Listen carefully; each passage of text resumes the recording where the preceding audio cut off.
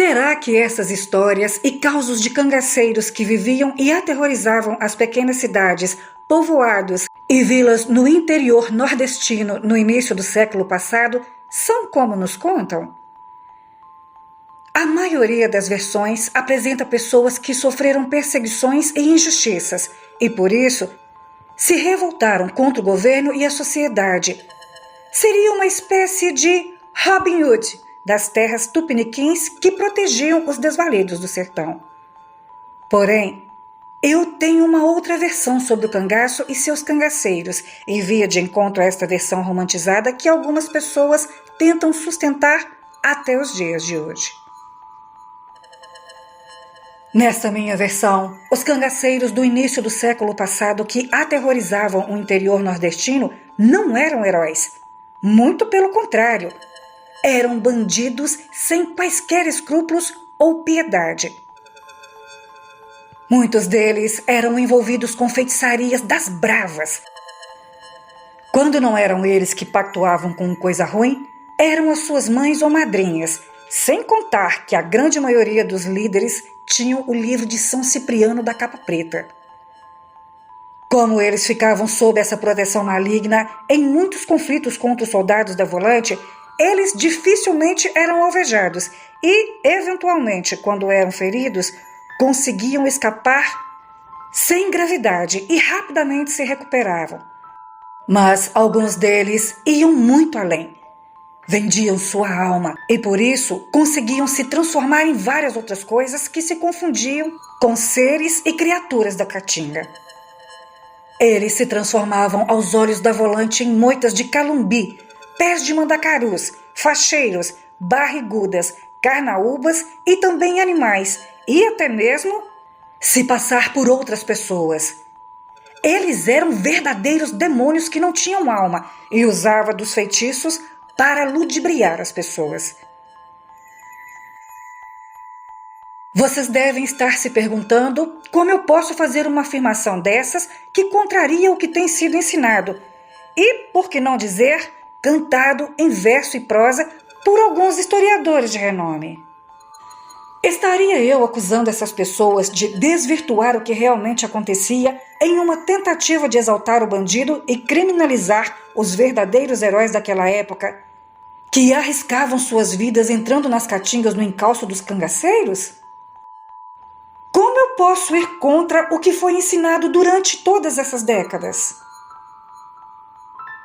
Pois bem, o meu avô, Silvino Dantas, tem 95 anos de idade e quando ele tinha 15 anos morava em Arapiraca, no sertão das Alagoas, e conviveu de perto o terror que o cangaço produzia.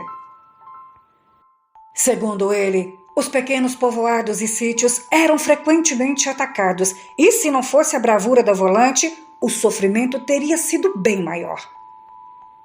Mas, entre muitas histórias, tem uma sobre um cangaceiro que foi, sem dúvida, um dos mais cruéis e sanguinários que já pisaram no chão do sertão.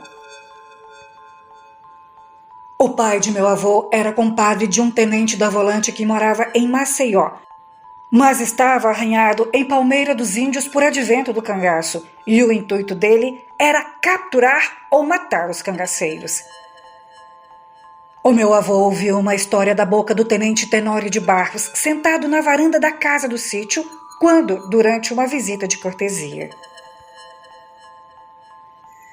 A partir de agora, eu vou compartilhar com vocês uma das suas mais incríveis histórias sobre a labuta que o tenente Tenório de Barros teve contra o cangaceiro chamado Antônio Barbosa e o bando dos 8 Baixos.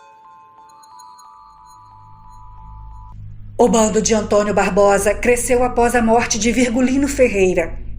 Sem o domínio do aclamado rei do cangaço, vários outros bandos se formaram e se espalharam pelo interior nordestino. Esses bandos de cangaceiros praticavam seus crimes na cidade do norte da Bahia, Sergipe, Pernambuco, Alagoas e Ceará. Eles não tinham morada, pois não podiam residir em lugar algum e se comportavam como nômades. Saqueavam vilas, povoados e pequenas cidades e rapidamente migravam, sempre andando à noite no meio da caatinga que era o seu habitat. No ano de 1942, o bando de Antônio Barbosa atacou uma pequena vila na região de Piranhas. Os moradores indefesos não tinham como se defender, e a única coisa que eles fizeram foi fugir e se esconder para salvar suas vidas, deixando tudo para trás, e só retornaram no outro dia, quando o bando já tinha ido embora. Na ocasião deste ataque, a volante do tenente já estava por perto, mas quando chegou na vila, o bando já tinha fugido. Rufino, um dos homens que andavam com o Tenório, era o melhor na arte de encontrar pegadas e pistas deixadas pelos cangaceiros. E descobriu que eles foram na direção de Pão de Açúcar, uma cidade que também fica nas Alagoas. Então, a volante seguiu no encalço deles. Naquela noite, o bando de Antônio Barbosa chegou a uma pequena fazenda entre Vila e Pão de Açúcar. Quando seu Argemiro, o dono do sítio, viu os cangaceiros chegando e invadindo suas terras, ele não teve tempo nem de correr. E para salvar sua vida e de sua família, Argemiro não reagiu e falou que eles poderiam levar o que queriam, mas que deixasse-os com vida. Antônio Barbosa disse que dinheiro nunca era demais e fez uma limpa na sua casa. Seu Argemiro entregou o pouco dinheiro e alguns objetos valiosos que tinha na esperança do bando seguir adiante. Mas Antônio Barbosa falou que estava cansado de tanto caminhar. Por isso, naquela noite, ele e o seu bando iriam pousar na casa de Argemiro. Sem poder dizer nada que desagradasse Antônio Barbosa, pois a fama de crueldade dele corria longe nos 4 cantos do sertão, Argemiro concordou e disse que ele e seus homens ficassem à vontade. Antônio Barbosa falou que queria tomar banho e por isso mandou que Dona Carmélia, a esposa de seu Argemiro, colocasse água no fogo para esquentar.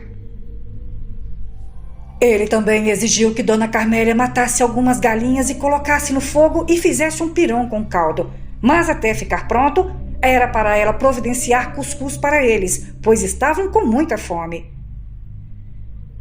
Enquanto seu Argemiro e Dona Carmélia preparavam a janta, Antônio Barbosa mandou que Pedro Cambito tocasse sua sanfona, pois ele queria dançar um chachado com a filha de Argemiro, pois a moça era muito formosa. Em seguida, deu uma risada e cravou um punhal na mesa de madeira que ficava na sala. E essa era a senha, avisando a seus homens que todos na casa morreriam e que depois tocaria fogo em tudo. Antônio Barbosa foi tomar um banho e depois vestiu uma roupa limpa que seu Argemiro lhe deu. Ou melhor, ele pegou no baú e depois passou perfume, pois falou que não podia dançar chachado com o cangote fedendo.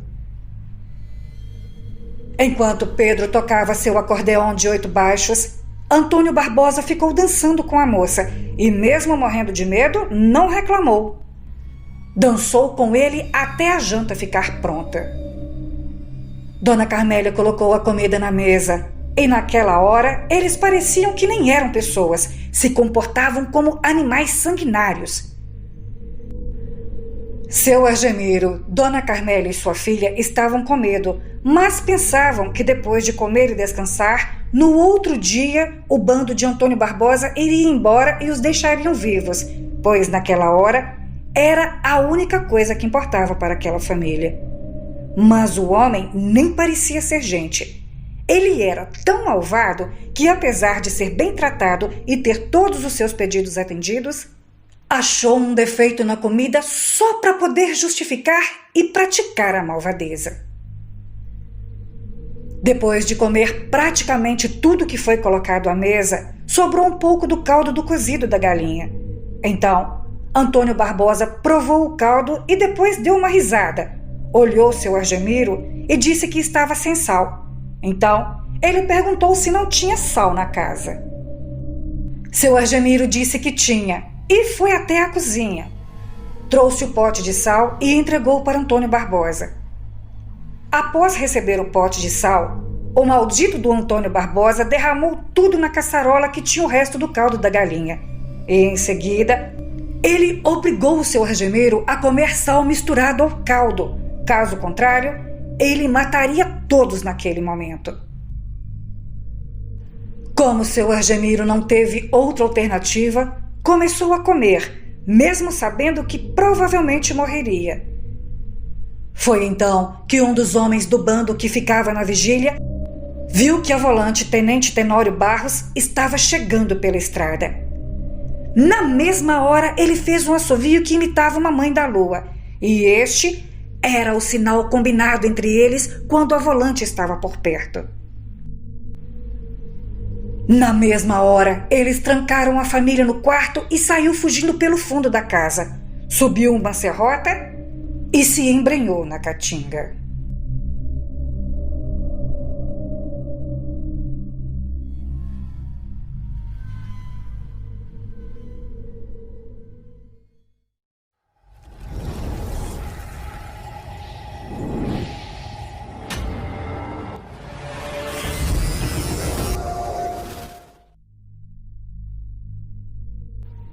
Quando o tenente Tenório chamou na porteira do sítio, ninguém respondeu. Então, eles passaram por cima e foram rodeando a casa bem devagar. Depois, bateram na porta e gritaram que era volante. Foi então que seu Argemiro respondeu de dentro da casa. Os homens arrombaram a porta da frente e acudiram seu Argemiro e sua família, que estavam no estado de nervos de dar pena. Seu Argemiro estava quase sem ar, pois, apesar de comer umas poucas colheradas do caldo com sal, ele ficou passando mal. Alguns homens da volante foram olhar por perto para ver se o bando ainda estava por lá, enquanto outros ficaram na casa tentando descobrir alguma pista, e descobriu que o bando só estava em 5 pessoas, pois o restante seguiu para o norte com o dinheiro do saque da vila. Dona Carmélia foi fazer um chá para seu Argemiro, só que antes mesmo do chá ficar pronto, ele bebeu uma moringa inteira de água e depois foi no quintal. Urinou e melhorou, e agradeceu o tenente e os outros da volante por ter salvo a vida dele e de sua família. Uma coisa Tenente Tenório tinha certeza: o bando estava bem perto. Por isso, eles subiram a serrota para tentar alcançá-los ainda aquela noite. Depois de andar por mais ou menos meia légua no meio da caatinga, eles viram um movimento mais acima. Depois, só escutaram o barulho de um tiro zunindo nos ouvidos deles. Eles reagiram e começaram a trocar tiro. Foi bala para um lado, bala para o outro, e depois, de mais de uma hora, finalmente acabou o tiroteio. O saldo foi um volante ferido e 4 homens do bando de Antônio Barbosa mortos, mas o maldito do Antônio Barbosa conseguiu fugir. A volante era composta de 20 homens. 5 deles voltaram até a casa do seu Argemiro para tentar estancar o sangramento do rapaz, que foi ferido, e os outros seguiram na perseguição de Antônio Barbosa. Eles foram andando apressados e, depois de alguns quilômetros, se depararam com uma casinha feita de taipas perdida no meio da caatinga. A casa estava quase caindo aos pedaços. Mesmo assim, Tenório desconfiou que poderia servir de esconderijo para Antônio Barbosa. A volante se aproximou bem devagar. Passou pela cerca de vara que ficava em volta da casa e ficou tentando ouvir qualquer barulho, até mesmo uma respiração. Então, ouviram um chiado vindo lá de dentro. Ao escutar o barulho, Tenente Tenório gritou mandando que Antônio Barbosa se entregasse, pois ele estava cercado. Porém, o silêncio foi a resposta que veio de dentro da casa. Ele não disse nem que sim, nem que não. Um dos homens da volante arrombou a porta da casa com toda a facilidade do mundo, pois a madeira já estava bem deteriorada devido ao sol e os cupins. Quando a porta caiu, o que saiu de dentro da casa foi uma coruja bem grande que parecia ter olhos de fogo. Ela bateu asas e voou até desaparecer no escuro da caatinga. Quando eles entraram na casa e iluminaram tudo lá dentro com um lampião, descobriu que no chão da casa tinha algumas armas, roupas, e então eles desconfiaram que era de Antônio Barbosa, pois ainda tinha o cheiro de suor misturado com alguma colônia. Na hora ele ficou sem entender, pois quem em sã consciência sairia pelado na caatinga? Até mesmo as chinelas de couro que eles usavam estavam dentro da casa junto com todas as outras coisas. O tenente Tenório de Barros e seus homens voltaram, pois precisavam saber como estava o companheiro ferido e também porque estavam cansados da perseguição. Na volta, eles passaram pelo local onde tinham deixado os corpos dos cangaceiros mortos e, para o espanto deles, os corpos estavam arrumados lado a lado, diferente do que tinham ficado. Quando o tenente Tenório e sua volante viu aquilo, ele se arrepiou e ficou imaginando que Antônio Barbosa tinha se transformado na coruja e passado despercebido entre eles. Por isso eles ficaram na dúvida se deixavam ou não os corpos lá na caatinga e voltaria para buscar no outro dia. Enquanto eles debatiam, meu avô desconfiou que Antônio Barbosa estivesse por perto, mas colocaram os corpos debaixo de um umbuzeiro e voltaram para a casa de Argemiro. Graças a Deus, o soldado ferido estava bem, pois o tiro pegou apenas de raspão.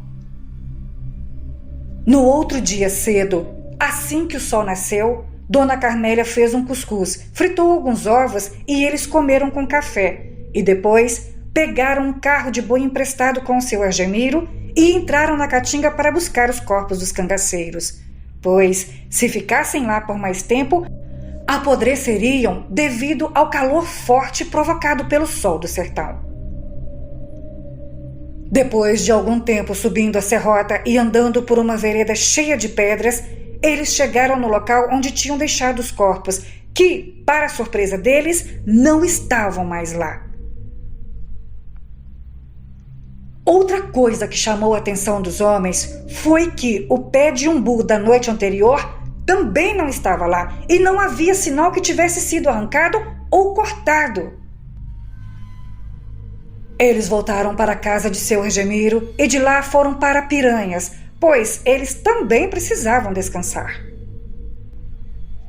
No outro dia, Tenente Tenório e a volante retornou para Palmeira dos Índios, onde ficavam arrancados. Daquele dia em diante que eles enfrentaram Antônio Barbosa, o tenente teve a certeza que estava lutando contra forças das trevas e não contra homens, e por isso precisava de outros tipos de armas. Tenente Tenório e um de seus soldados, chamado Rufino, ficaram apenas um dia em Palmeira dos Índios e no outro dia cedo, antes do sol raiar, saíram para Arapiraca. Lá, eles queriam conversar com uma mulher chamada Carolina. Essa mulher era bem famosa na época por mexer com forças ocultas, tanto para o bem quanto para o mal. Antes do meio-dia, eles chegaram à cidade. Eles estavam à paisana, pois naquele tempo existia cangaceiro em todo lugar. E alguns ficavam só observando para denunciar os macacos.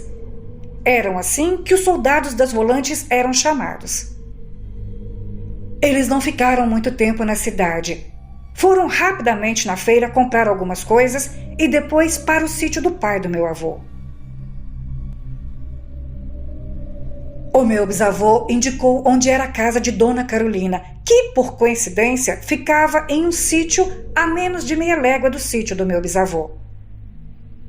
O tempo foi passando e, quando foi na boca da noite, os dois foram até a casa de Dona Carolina. Quando chegaram ao sítio, a porteira estava apenas encostada. A janela, a frente aberta e luzes de lampiões iluminavam o interior da residência. Como o tenente sempre foi desconfiado, ele pegou a arma e chamou pelos donos da casa. A porta da frente abriu e de lá de dentro da casa saiu uma mulher idosa na faixa dos seus 60 anos de idade. Ela vestia um vestido florido, um lenço amarrado na cabeça e um cachimbo na boca. Ela olhou bem para o tenente Tenório e soldado Rufino e falou: "Chegue à frente, tenente. A casa é de paz e o seu soldado também é bem-vindo. Pode guardar a arma, que aqui dentro vós-missês estão seguros." O tenente ficou todo arrepiado, pois ele, nem tampouco Rufino, nunca tinha estado com aquela mulher. Eles a conheciam apenas de ouvir falar. E como era possível ela saber seus nomes e suas patentes? Então, Tenente Tenório se aproximou da entrada da casa e cumprimentou Dona Carolina. Ela os convidou para entrar, lhes ofereceu um refresco de umbu e antes mesmo que eles falassem o que queriam, ela foi logo se adiantando e falou: "O que vós-missê quer é muito difícil, pois Antônio Barbosa fez trabalho muito bem feito e ele foi longe para fazer. Ele foi lá em Monte Santo e lá conseguiu tudo o que queria, colocou a fava e fechou o corpo. E também pode voltar e até virar bicho." O mais incrível era que Dona Carolina sabia as coisas que Tenente iria perguntar, e isso deixou Tenório e Rufino bem confusos. Então, seu Rufino perguntou que, nesse caso, o que eles poderiam fazer para derrotar Antônio Barbosa. Dona Carolina falou que, das duas, uma: ou eles faziam um trabalho igual Antônio Barbosa fez, ou então procurasse a ajuda de um padre chamado Bento, que morava em Marechal Deodoro, pois ele saberia o que fazer. Na hora, Tenório perguntou se o ofício de padre não era para rezar missa, batizar menino e dar extrema-unção. Dona Carolina deu uma risada e falou que tem padre que o ofício é esse.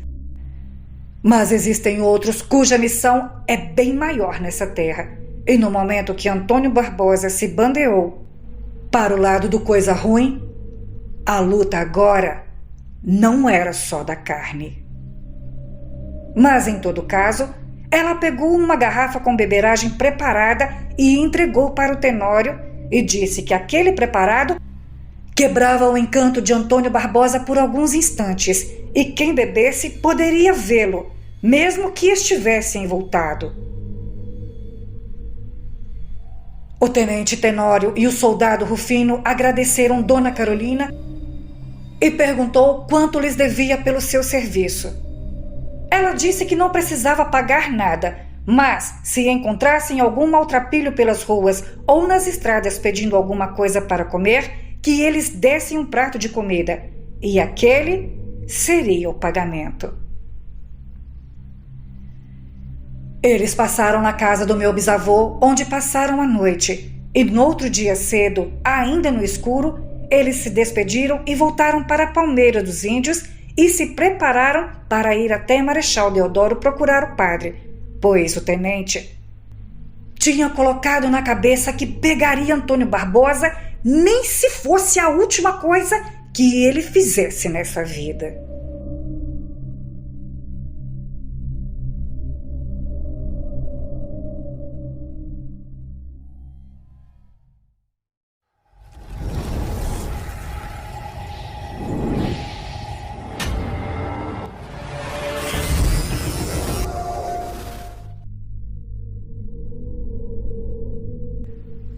Quando chegou a Palmeira dos Índios, eles ficaram descansando por 2 dias, mas na madrugada de sexta para sábado, eles partiram Marechal. Só que desta vez não foram apenas os 2. Eles foram acompanhados de 8 homens. Devido à distância, essa viagem eles fizeram em 3 dias para não castigar demais os animais, pois o sol do sertão era um castigo à parte. Na primeira noite, eles pousaram onde hoje em dia fica Belém das Alagoas, na casa de um conhecido. No dia seguinte, pousaram em um povoado que pertencia à Atalaia e, finalmente, na noite do terceiro dia, chegaram até Marechal Deodoro, mas não entraram na cidade. Ficaram em um sítio que pertencia a um comandante da longa e desgastante volante, pois os homens e também os animais precisam se alimentar e descansar da viagem pela Caatinga. No outro dia, Tenório, Cilibrino e Rufino foram para a cidade procurar o Padre Bento e não foi difícil de achar. Eles chegaram até a paróquia e procuraram pelo Padre Bento. O sacristão pediu que eles esperassem e, depois de alguns minutos, o padre atendeu Tenório e os homens na sacristia. Tenório falou com o Padre Bento que Dona Carolina disse que só ele poderia ajudar. Na hora, o padre deu um sorriso e agradeceu a Deus. Depois, falou que se eles foram procurar sua ajuda, significava que eles se recusavam a fazer acordo com o tinhoso. Padre Bento pediu que Tenório contasse tudo o que estava acontecendo sem omitir nada, pois só assim ele iria saber se tinha ou não condições de ajudá-los. Em seguida, serviu um licor de pitanga para que eles pudessem relaxar um pouco. Enquanto tomavam uma dose de licor, Tenório começou a falar e não escondeu nada. Relatou as maldades que Antônio Barbosa fazia e o rastro de destruição e desespero que ficava por onde ele e o seu bando dos 8 baixos passavam. Após ouvir atentamente, o padre levantou, retirou uma chave do bolso da batina, abriu uma porta que dava acesso a uma biblioteca escondida atrás da sacristia e, na hora, Rufino até retrucou perguntando se o padre estava querendo dar uma bíblia para eles. Padre Bento sentiu a ironia na pergunta. Porém, com sua voz mansa e tranquila, falou que a palavra de Deus é a melhor espada que existe, capaz de revelar o que há nos pensamentos e coração dos homens. Em seguida, abriu outra porta que ficava escondida atrás de uma estante cheia de livros. O padre acendeu um lampião e depois seguiram por um pequeno túnel que terminava em uma sala ampla. E nessa sala haviam vários objetos secretos desconhecidos por Tenório e seus homens. Também haviam armas que provavelmente eram de séculos atrás. Entre as armas, o padre pegou um punhal de prata, algumas balas que ele mesmo havia forjado e uma botija com azeite e óleo. Eles voltaram para a sacristia e falou com Tenório que aquelas armas poderiam dar um fim no corpo de Antônio, pois sua alma já estava aprisionada e quem comandava seu corpo eram demônios. Em seguida, o Padre Bento ungiu o punhal e as balas e depois pediu que Tenório, Rufino e Cilibrino se ajoelhassem diante dele. Após os 3 se ajoelharem, ele orou impondo sua mão direita sobre suas cabeças e ungiu suas testas com um óleo santo. O padre falou que daquele momento em diante, eles podiam enfrentar Antônio Barbosa em condições de igualdade, mas que tomassem cuidado, pois eles não enfrentariam um homem, e sim forças ocultas.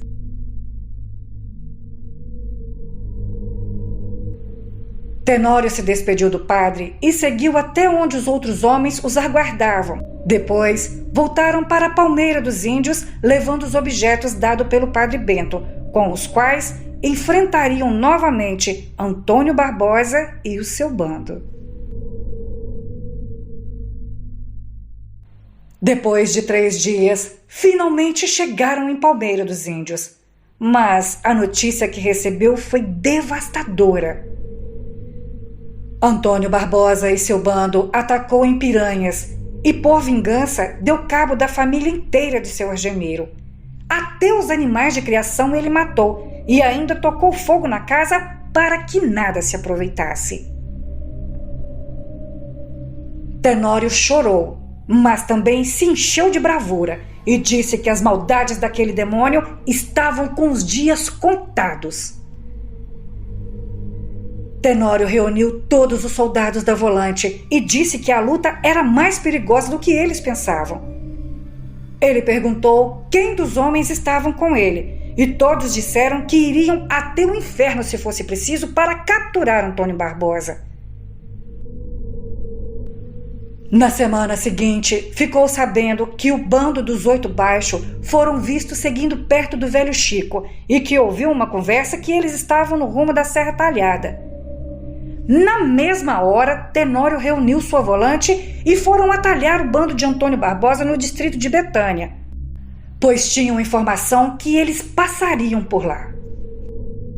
Como os cangaceiros andavam por dentro da caatinga, a volante conseguiu se adiantar e chegar a Betânia antes dele.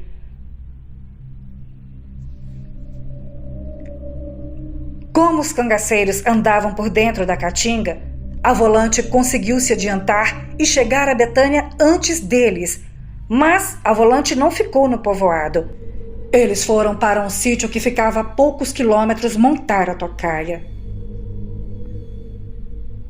Tenório pediu que o dono da casa e sua família fossem para a casa de algum parente, pois naquela noite, escondidos dentro da casa e também em cima de algumas árvores que ficavam no terreiro, e para dar a impressão que tinha gente morando na casa, eles pegaram um lampião e deixaram pendurados na varanda. Quando foi na base de 10 horas, Tenório escutou o som de pisadas e, em seguida, uma batida de palmas em frente à porta. Mas eles não responderam. Ficaram calados. E minutos depois, a porta foi arrombada. Só que, antes mesmo do bando de Antônio Barbosa adentrar a casa, foram recebidos a bala. Eles nem tiveram tempo de reagir. E quando tentaram recuar, os homens da volante que ficaram escondidos do lado de fora e em cima das árvores também atiraram, e dessa investida, muitos dos cangaceiros caíram mortos espalhados pelo terreiro. Alguns que vinham mais atrás conseguiram escapar, inclusive Antônio Barbosa. Só que alguns estavam feridos e correram em várias direções e se embrenharam na caatinga. Por isso, a volante se dividiu em pequenos grupos. Um grupo ficou na casa para recolher os corpos, enquanto os outros entraram na caatinga no encalço dos sobreviventes. O grupo de Tenório, Cilibrino e Rufino seguiram um rastro de sangue e, enquanto subiam uma serrota, ouviram disparos e gritos. Eles os rastrearam e então viram um ponto de luz na beira do riacho do navio e rapidamente ouviu uma voz e a luz se apagou. Eles foram bem devagar, tentando não fazer barulho, e conseguiram ver Antônio ao lado de Pedro Cambito, e pelo jeito, um dos dois estava ferido. Tenório se aproximou mais um pouco e mandou Rufino dar a volta por trás do riacho para pegar os dois de surpresa. E depois de alguns minutos, e já na posição de tiro, Tenório acertou Pedro Cambito, que caiu se estribuchando, e em seguida Antônio reagiu e houve troca de tiro que rapidamente cessou. Só que, quando Tenório chegou à beira do riacho, só tinha o corpo de Pedro Cambito. Os três ficaram atentos. Tenório sabia das artes de Antônio e, todo momento, ele pedia que os dois companheiros nem piscassem e, se visse qualquer movimento, mandasse bala, fosse gente ou bicho, pois ele sabia que Antônio estava por perto e provavelmente envoltado em uma moita, uma árvore, um mandacaru ou qualquer outra coisa. Naquele momento, Tenório retirou da capanga uma garrafa com a beberagem que Carolina de Arapiraca tinha dado para ele e tomou uma golada. Na hora, os olhos arderam muito. A sensação que ele teve foi como se tivesse passado a pimenta de cheiro.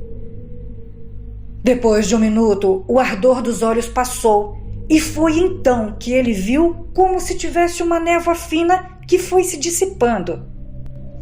Ele olhou em volta e descobriu que um xique-xique que estava a menos de 2 metros à sua frente era, na verdade, Antônio envoltado. Ele manteve a calma e continuou dizendo algumas palavras de ordem no sentido que Rufino e Cilibrino mantivessem a vigilância. Disfarçadamente, Tenório retirou da bainha o punhal que recebeu do Padre Bento e, em um golpe quase sem olhar, ele cravou o punhal no Xique-Xique, que deu um grito de dor e caiu se estribuchando. O envoltamento foi quebrado e, agora ferido, Antônio Barbosa se tornou presa fácil, mas não morreu. Então, Tenório mandou amarrar as mãos e os pés e, com a sua peixeira, ele retirou a fava do pacto. Daquele momento em diante, Antônio Barbosa era só um homem ferido e sem qualquer poder, mas que, se ficasse vivo, poderia causar muitos problemas. Por isso, Tenório mandou amarrar ele em uma barriguda. Rufino e Cilibrino amarraram o infeliz que se feria nos espinhos, mas não abriu a boca. Era como se não tivesse sentido dor alguma. Os três começaram a pegar alguns pedaços de madeiras secas que estavam caídas ali por perto e fizeram uma coivara, pois a intenção de Tenório era queimar o corpo daquele infeliz. Quando Antônio Barbosa viu a coivara sendo feita, ele deu uma risada e começou a invocar alguns demônios para lhe ajudar. E nessa hora, Tenório não perdeu tempo. Colocou no rifle uma das balas que o Padre Bento tinha entregado para ele e depois disparou um tiro bem na testa do infeliz. Antônio Barbosa ficou imóvel, pescoço caído, como se estivesse morto. Só que depois de poucos instantes, ficou como se fosse 2 bolas de fogo. No mesmo instante, começou uma ventania medonha que parecia que o mundo ia acabar. O vento era tão forte que até balançou a barriguda. Rufino e Cilibrino queriam correr, mas Tenório pegou o punhal e cravou no peito de Antônio Barbosa, que olhou para ele e tentou falar alguma coisa. Mas o sangue que subiu na garganta impediu ele de falar. Acenderam a coivara e jogaram o corpo de Antônio Barbosa com o punhal cravado no peito.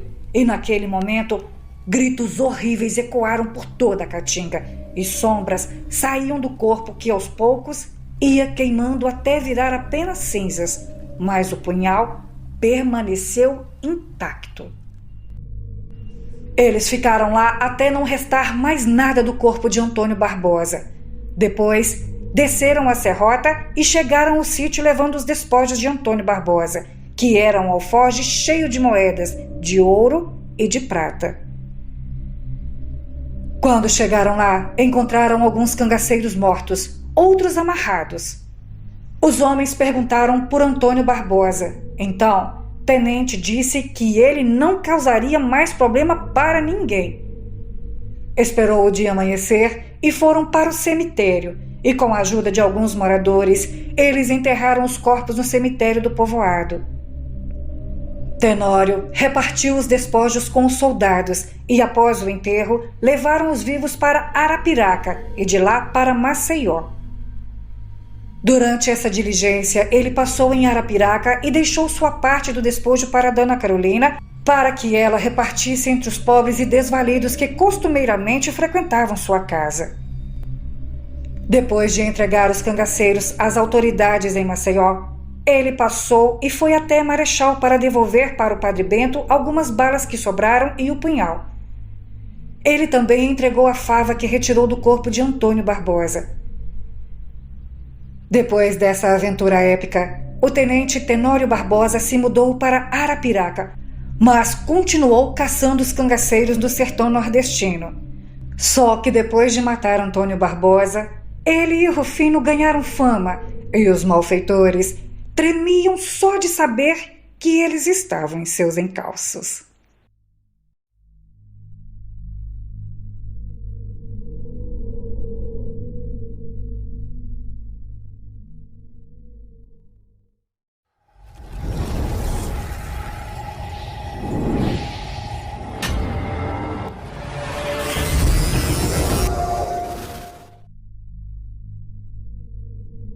No final do século XVI, uma criatura aterrorizava a cidade de Bellburg, Alemanha. Com indescritível crueldade, matava gados, mulheres e crianças, e em choque e assustados, os moradores acreditavam que eram vítimas de um demônio furioso saído do inferno, ou, o que era igualmente terrível, um lobisomem sanguinário. Peter Stump nasceu na pequena vila de Epworth, bem perto da cidade de Belburg.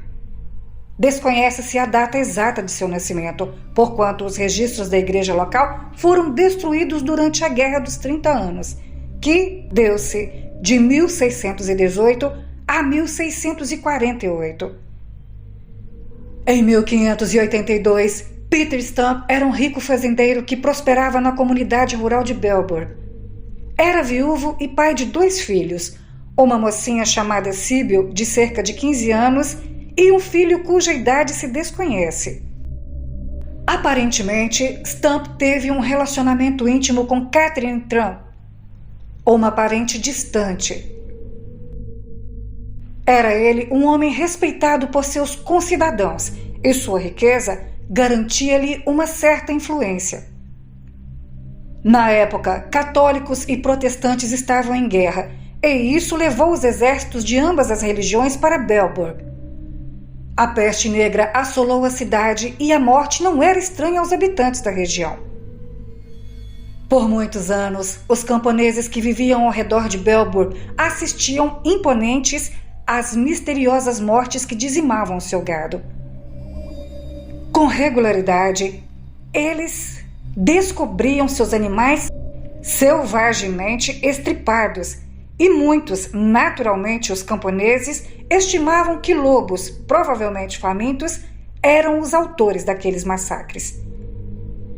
Foi quando as crianças começaram a desaparecer das casas e das fazendas, e as jovens mulheres dos caminhos que percorriam diariamente.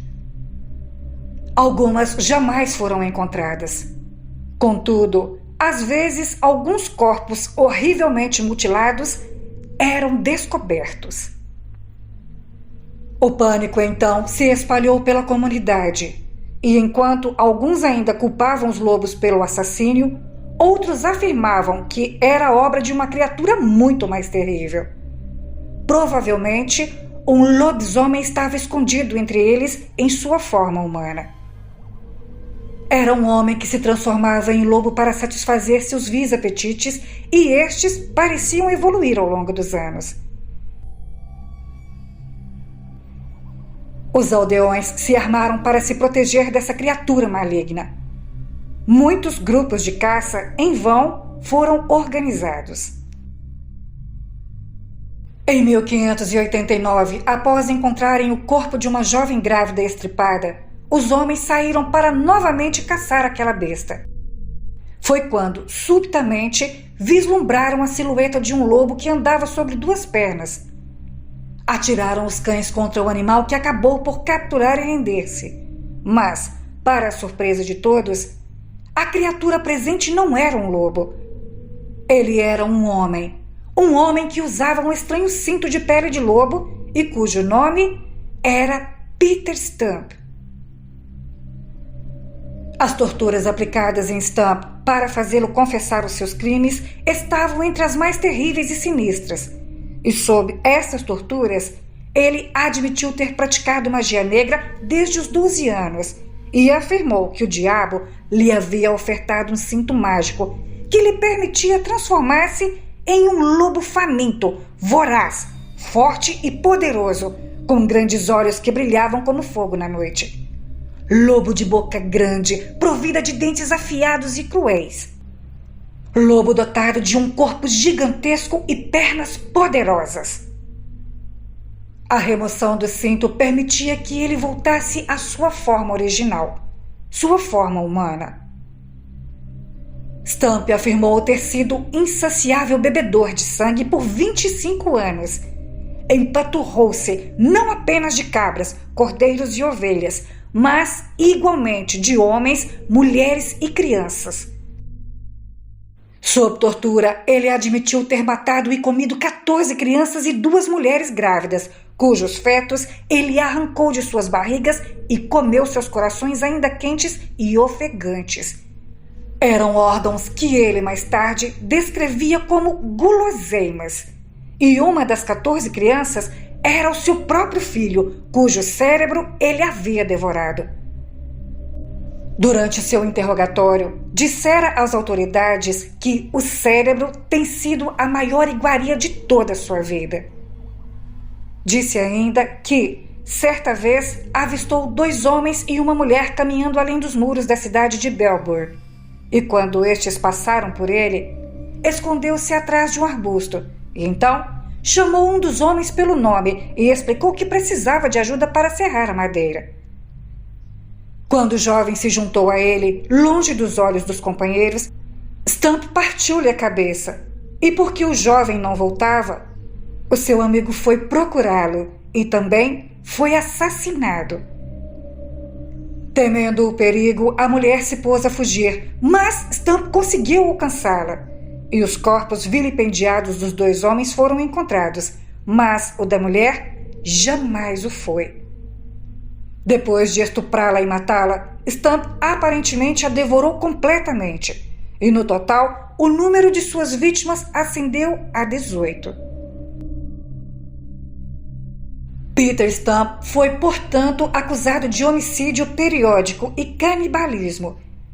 Também lhe pesou a acusação de incesto, porque tivera relações com sua filha Sybil. Alguns afirmavam que o seu filho era produto dos estupros perpetrados em sua filha, mas isso nunca foi comprovado. Além disso, a relação que manteve com uma parente distante também era considerada incestuosa pela lei em vigor, e os 3 foram condenados à morte. Além de todos esses crimes, o acusado também admitiu ter tido relações com um súcubo que lhe fora enviada pelo demônio. A execução de Peter Stump, sua filha Sybil e sua amante Catherine ocorreu em 31 de outubro de 1589 e foi uma das execuções mais excruciantes jamais vistas. Peter Stump havia sido condenado a passar pelo calvário da roda, e depois de ser amarrado a tal roda, a pele de seu dorso foi arrancada em 10 lugares com uma pinça em brasas, e em seguida, seus braços e pernas foram esfolados. Seus membros foram então quebrados com o lado cego de um machado, para evitar que ele, depois de morto, voltasse da sepultura. Depois disso, foi decapitado e queimado na fogueira.